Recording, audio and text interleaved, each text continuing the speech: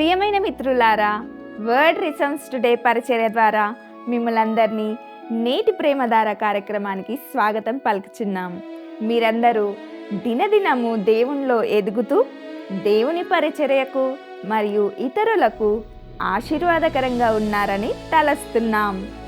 గత కొన్ని రోజులుగా మనము బైబుల్ అధ్యయనాలను సంబంధించి కొన్ని మార్గదర్శకాలను గూర్చి చర్చిస్తున్నాం. నేటి ఈ కార్యక్రమంలో మరొక మార్గదర్శకాన్ని గూర్చి తెలుసుకుందామా?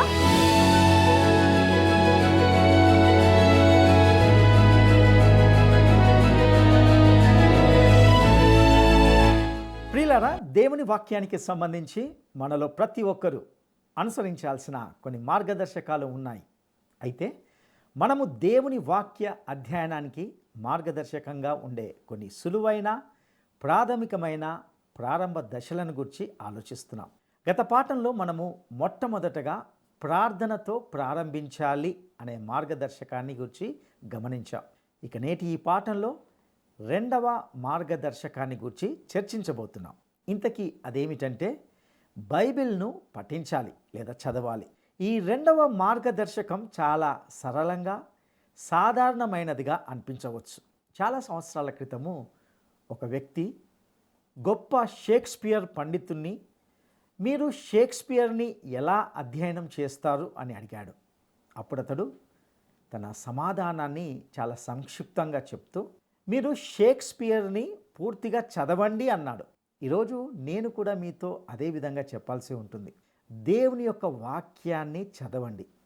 బైబిల్లో ఏమి చెప్పబడిందో మీరు తెలుసుకోవాలని అనుకుంటున్నారా? అయితే మీరు బైబిల్ని చదవండి. ఏ ఉపాధ్యాయుడైనా మీకు బైబిల్కి సంబంధించినది ఏ పుస్తకం ఇచ్చినా, ఎంత గొప్పది ఇచ్చినా, బైబిల్ గ్రంథము ఏమి చెబుతుందో స్వయంగా మీరే చదవడము ఎంతో ప్రాముఖ్యమైన విషయంగా ఉంటున్నది.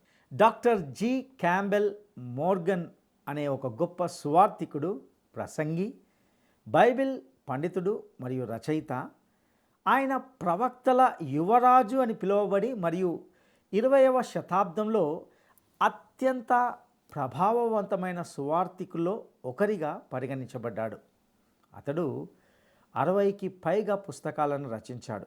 వివరణాత్మక వ్యాఖ్యానాలలో రారాజు అని ప్రసిద్ధిగాంచిన ఈ ప్రఖ్యాత వివరణకారుడు బైబిల్పై కొన్ని చాలా అద్భుతమైన మరియు ఉపయోగకరమైన వివరణలను రాశాడు.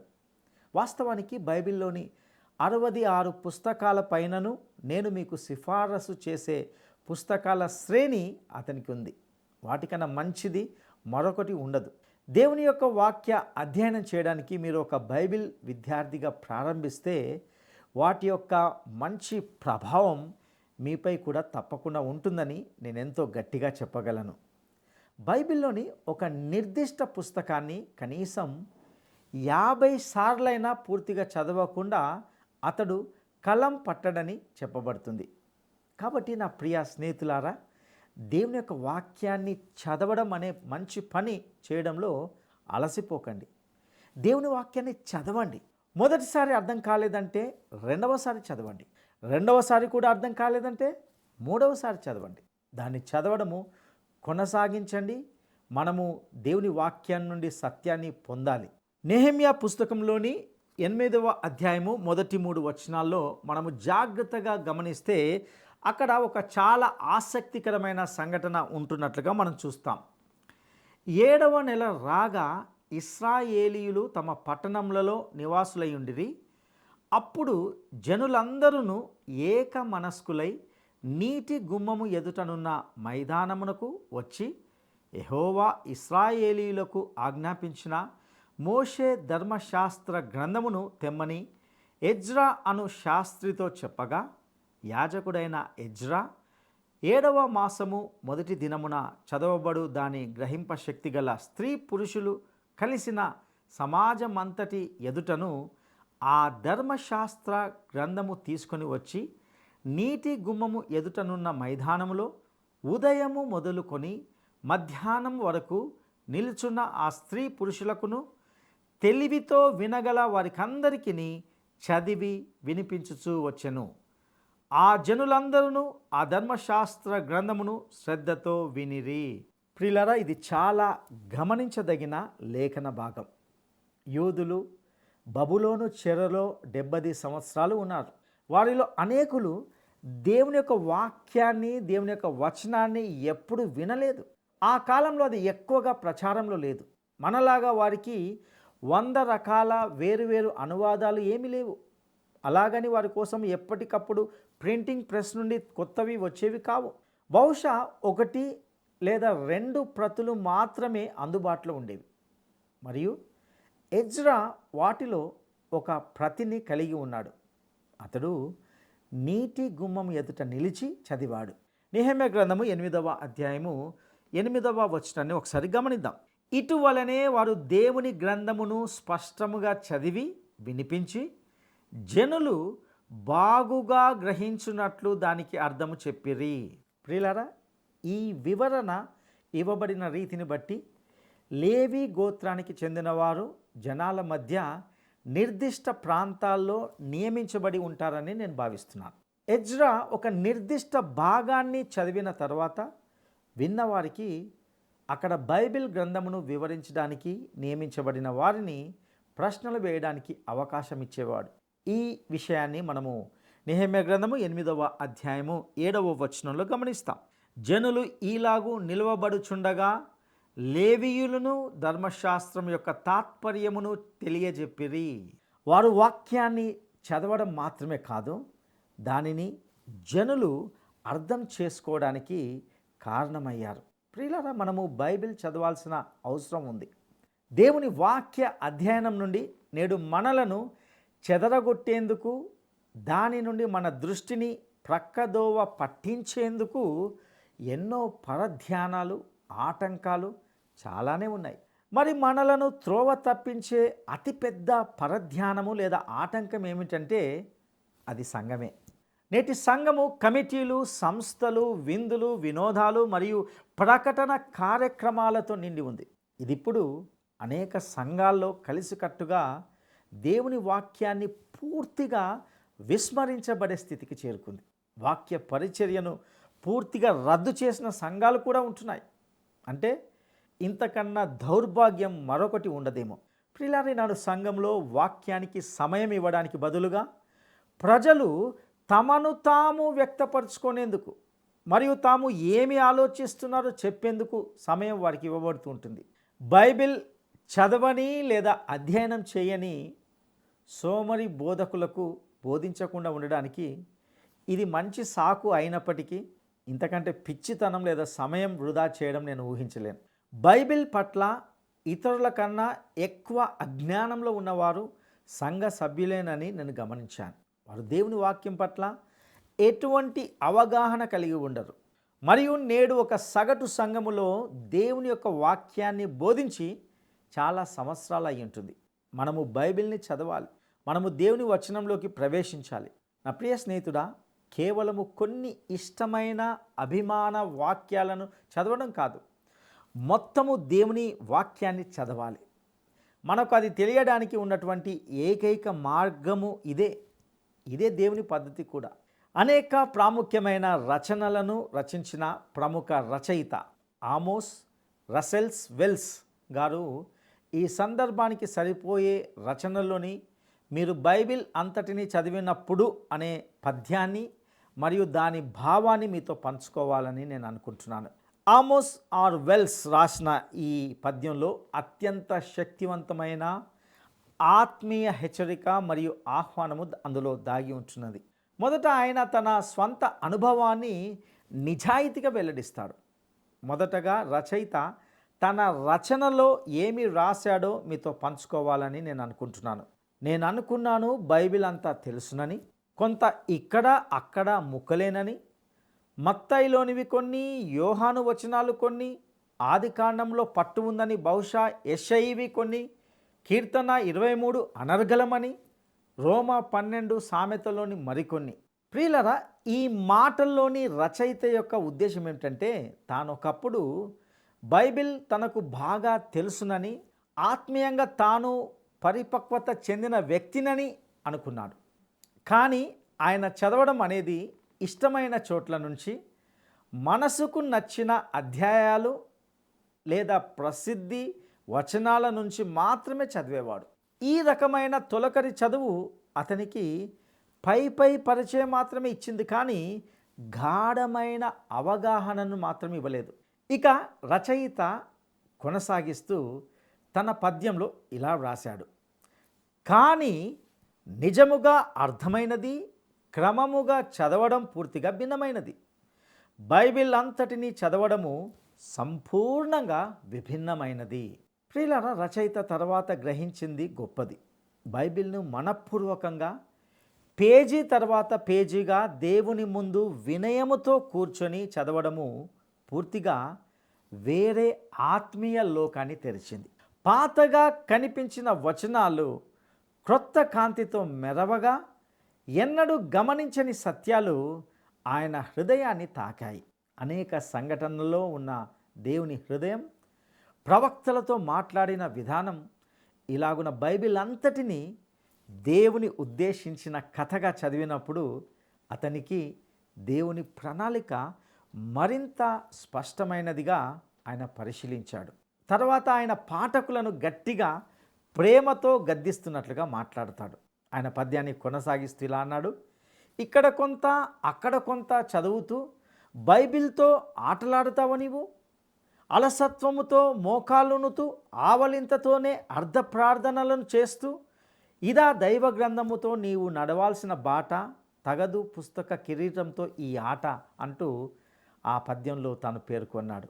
ప్రియులారా, ఈ మాటల్లోని భావము ఏమిటంటే, బైబిల్ గ్రంథాన్ని తొందరగా, అలసటగా, సందర్భోచితంగా చదివే అలవాటు ఆత్మీయ బాల్యములోనే స్తంభింపజేస్తుందని రచయిత ఇక్కడ చెప్తున్నాడు. ఇక్కడ ఒక వాక్యము, అక్కడ ఒక వాక్యం తీసుకోవడము, నిద్రపోయే ముందు ఒక కీర్తన చదవడము, లేదా యాదృచ్ఛిక వచనాలతో ఆత్మీయతను చూపించడము, ఇవన్నీ బైబిల్కు తగిన గౌరవం ఇవ్వడం కాదని స్పష్టం చేస్తాడు.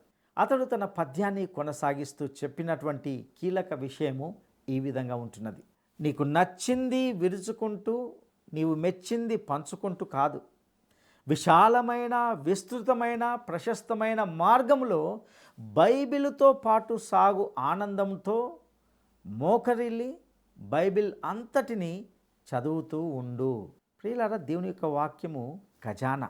దాని సంపదను తెలుసుకోవాలంటే ఒక గని కార్మికుడు కష్టపడినట్లు కష్టపడాలి. పూర్తిగా చదవకుండా ఎంపిక చేసిన భాగాలకే పరిమితమైతే దేవుడు ఇచ్చే సత్యము మరుగునే ఉంటుంది.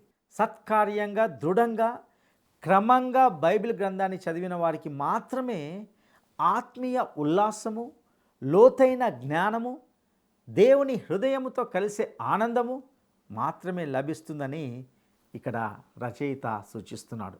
ఇక పద్యం చివరిలో బైబిల్ చదివే పద్ధతిపై ఉన్న ఈ సరళమైన సూత్రము మహత్తర ఆత్మీయ మార్పును తెస్తుందని చెప్పి ముగిస్తాడు. అదేమిటంటే, నీవు బైబిల్ను మొత్తంగా చదివితే నీ ఆత్మ ఆనందంతో మునిగిపోతుంది. ప్రియులారా, ఆమోసు ఆర్ వెల్స్ అనే ఈ రచయిత భావాన్ని క్లుప్తంగా చెప్పాలంటే, బైబిల్ను ముక్కలు ముక్కలుగా లేదా యాదృచ్ఛికంగా ముక్కలుగా చదవడము అనేది క్షుణ్ణంగా క్రమబద్ధమైన పఠనం వల్లే కాకుండా అది కేవలము ఒక ఉపరితల మార్గంగానే ఉంటుంది. ఇష్టమైన భాగాల్లో మునిగిపోయే బదులు మొత్తం బైబిల్ గ్రంథాన్ని లోతుగా క్రమబద్ధంగా అధ్యయనం చేయడం వల్ల ఎక్కువ అవగాహన మరియు మరింత లోతైన ఆధ్యాత్మిక అనుభవం లభిస్తుందని రచయిత ఇక్కడ సూచిస్తున్నాడు.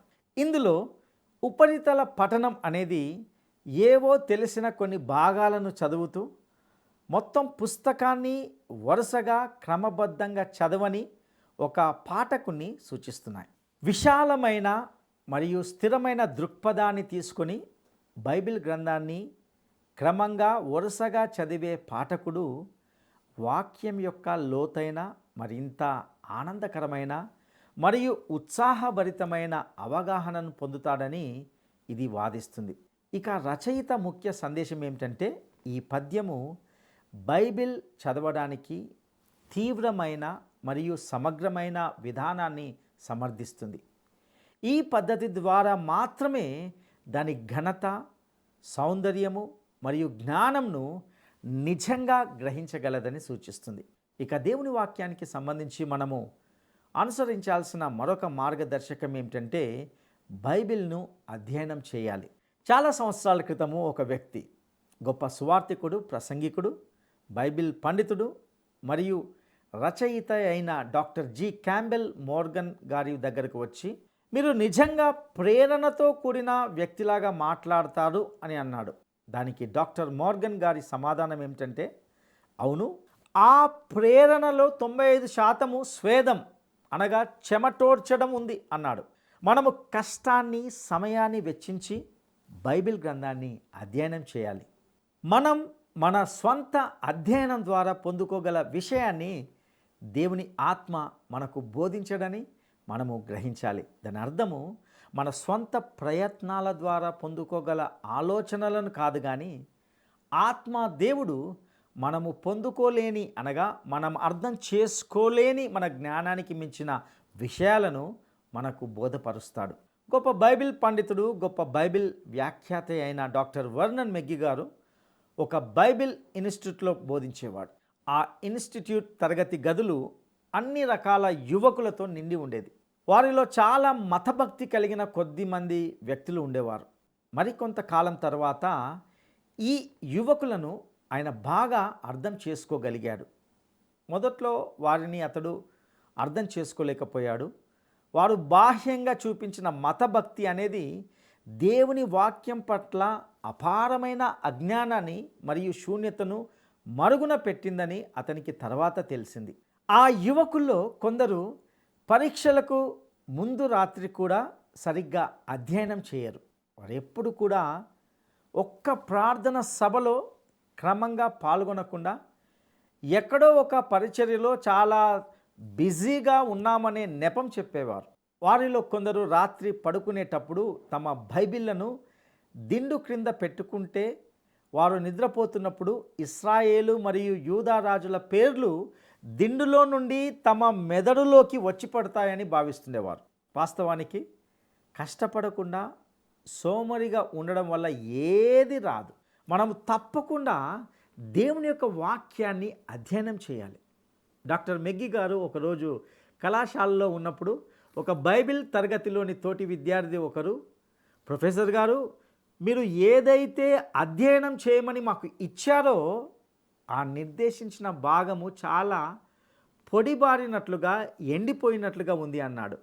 అందుకు ఈ ప్రొఫెసర్, దైవ సేవకుడు మరుక్షణంలోనే మరో మాట ఆలోచించకుండా అతనితో, అయితే ఆ ఎండిపోయిన దాన్ని మీ నుదుటి చెమటతో కొంచెం తడపండి అని అన్నాడు. నిజమే ప్రియులారా, బైబిల్ అధ్యయనం చేయబడాలి. మనం దాన్ని అలాగున కష్టపడి అధ్యయనం చేయాల్సిందిగా చూడడము ఎంతో కీలకమైన, ప్రాముఖ్యమైన అంశం. దేవుని యొక్క ఆత్మ మీకు ఇవ్వని ఒక నిర్దిష్ట జ్ఞానం ఉంది. సోమరి వ్యక్తులకు ఆయన తన సత్యాన్ని బహిర్గతం చేస్తాడని నేను అనుకోవడం లేదు. చివరిగా చూస్తే మీరు విజ్ఞాన శాస్త్రము లేదా గణిత శాస్త్రము లేదా గ్రీకు భాషను నేర్చుకోవాలనుకుంటే రాత్రి పడుకోవడానికి ముందు ఒక అధ్యాయం చదవడం ద్వారా ఎప్పుడూ నేర్చుకోలేరు. బైబిల్ను ఏదో భక్తిపూర్వక ధ్యానాలుగా చదవడాన్ని నేను ఎంతమాత్రము ప్రోత్సహించను. ఇలా చెప్తున్నప్పుడు మీరు షాక్ అవుతారని నేను అనుకుంటున్నాను. కానీ కొద్ది సంవత్సరాల కాలములోనే తాము భక్తిపూర్వక ధ్యానాలు చేస్తాం అని పిలుచుకునే వారిలో చాలామంది బైబిల్ పట్ల చాలా అజ్ఞానంలో ఉన్నారని అనేక సందర్భాలు గ్రహించాం. దానికి ఉదాహరణగా ఒక నిజ సంఘటనను మీతో పంచుకోవాలని ఇష్టపడుతున్నాను. ఒకానొక ప్రాంతంలోని ఒక ప్రదేశంలో ఒక దైవ సేవకుడు సభలు నిర్వహిస్తున్నప్పుడు ఒక కుటుంబంతో తాను ఒక వారం పాటు ఉండాల్సి వచ్చింది. ప్రతి ఉదయము బ్రేక్ఫాస్ట్ అనగా అల్పాహారము సమయంలో ఆ టేబుల్ వద్ద వారు భక్తిపూర్వక ధ్యాన కార్యక్రమాలు, డివోషన్ లాంటివి చేస్తూ ఉండేవారు. అందును బట్టి అల్పాహారం ఎప్పుడూ కొద్దిగా ఆలస్యంగా ఉండేది. వారి పిల్లలు పాఠశాలకు వెళ్ళడానికి హడావుడి చేస్తుండేవారు. ఆ ధ్యాన సమయాల్లో ఏ వాక్యం చదవబడిందో వారు వినలేదనే విషయము ఆ దైవ సేవకుడు గుర్తించాడు. ఎవరి ఇంట్లోనైతే ఈ దైవ సేవకుడు బస చేశాడో ఆ ఇంటి యజమాని అనగా ఆ పిల్లల నాన్నగారు తాను కూడా పనికి వెళ్ళడానికి సిద్ధపడుతూ ఉండేవాడు. కాబట్టి అతడు ప్రతిరోజు బైబిల్ చదవడాన్ని చాలా క్లుప్తంగా చదివేవాడు. క్లుప్తంగా చదివే సమయంలో కూడా అతడు ఎప్పుడు ఇలా అనేవారు, సరే ఈ ఉదయం మనకు బాగా పరిచయమైన భాగాన్ని చదివేస్తాను, ఎందుకంటే మనకు ఎక్కువ సమయం లేదు. నిజంగానే ఆ సమయంలో ఎవరికి ఎక్కువ సమయం దొరకదు. ఆ వాక్యము పూర్తిగా చదవడం ముగిసేసరికి అతని పిల్లలు ఒక తుపాకీ నుండి తూట వెళ్ళినంత వేగంగా ఆ టేబుల్ నుండి వెళ్ళిపోయేవారు. వారి నాన్నగారు కూడా వారిలాగానే వెంటనే అక్కడి నుండి వెళ్ళిపోయేవాడు. ఇక వారి తల్లి వంట పాత్రలతో పనిలో మునిగిపోయేది. చదవబడినది కనీసం ఆమె అయినా నిజంగా విన్నారా లేదా అని ఆ దైవజనుడు ఆశ్చర్యపోతూ ఈ విషయాన్ని వారితో పంచుకున్నాడు. ఈ సంఘటన జరిగిన నాటి నుండి ఆ దైవజనుడు తన ఇంట్లో అలాంటిది ఏదో ఒక మొక్కుబడిగా జరిగే భక్తిపూర్వక ధ్యానాలు లేకుండా ఉండాలని నిర్ణయించుకున్నాడు. తన కుటుంబ సభ్యులు వ్యక్తిగతంగా బైబిల్ గ్రంథాన్ని చదవమని ఆయన ఎప్పుడూ ప్రోత్సహిస్తూ వచ్చాడు. అలాగున వ్యక్తిగత బైబిల్ అధ్యయనాలు మాత్రమే మనకు ఆత్మీయమైన మేలులను చేకూరుస్తాయి. మీరు ఇది విన్న తర్వాత మీలో ఎవరైనా ఒకరు అయితే నా భక్తిపూర్వక ధ్యానాన్ని దినమంతా ముగిసిన తర్వాత రాత్రి చేసుకుంటాను అని చెప్పవచ్చు. అయితే నిజంగా మీరు పడుకోవడానికి ముందు వాటిని చేసుకోగలరా? మీరు అప్పటికే అలసిపోయి మంచంలో ఒక కాలును వేసి ఒక కన్ను అప్పటికే మూసుకొని అప్పుడు మీరు చదవడానికి బైబిల్లోని ఒక భాగాన్ని త్రిప్పుతారు. అప్పుడు పరిస్థితి ఎలా ఉంటుందో ఊహించగలరా? మీరు ఆ విధంగా గణిత శాస్త్రాన్ని నేర్చుకోలేరు. మీరు ఆ విధంగా సాహిత్యాన్ని నేర్చుకోలేరు. అదేవిధంగా మీరు బైబిల్ గ్రంథాన్ని కూడా నేర్చుకోలేరు. మీరు తప్పకుండా దేవుని యొక్క వాక్యాన్ని అధ్యయనం చేయవలసిన వారైంటున్నారు. మీరు దానికి అరాకొర సమయాన్ని ఇవ్వగలిగినప్పుడు కాకుండా సమయము కేటాయించగలిగినప్పుడు మాత్రమే దాన్ని చదవాలి. మరి మీకు సమయం దొరకకపోతే మీరు సమయాన్ని కల్పించుకోవాలి. 30 నిమిషాలు లేదా 1 గంట సమయాన్ని ప్రత్యేకపరచుకోండి. లేదా ఒకవేళ మీరు కొందరిలాగా యాదృచ్ఛికంగా కొన్ని పనులు నిర్దిష్టమైన విధంగా కలిగి ఉంటే ఒకరోజు 30 నిమిషాలు చదవండి. బహుశా మరుసటి రోజు 5 నిమిషాలు మాత్రమే మరియు మరుసటి రోజు 2 లేదా 3 గంటలు చదవండి. మీ అనుదిన కార్యక్రమంకు ఏ రీతిలో బాగుంటే అలా చేయండి. అయితే ఖచ్చితంగా ప్రతి ఒక్కరూ బైబిల్ గ్రంథమును వ్యక్తిగతంగా చదవాలి. అలాగే అబ్బాయిలు మరియు అమ్మాయిలు స్వయంగా బైబిల్ గ్రంథాన్ని చదవడానికి ప్రోత్సహించబడాలి అనేది తప్ప నేను ఎటువంటి నిర్దిష్ట నియమాన్ని ఏర్పరచను. కొంతమందికి అందరితో కలిసి భక్తిపూర్వక ధ్యానాలు చేయాలని అనిపిస్తుంది. అది మంచిదే.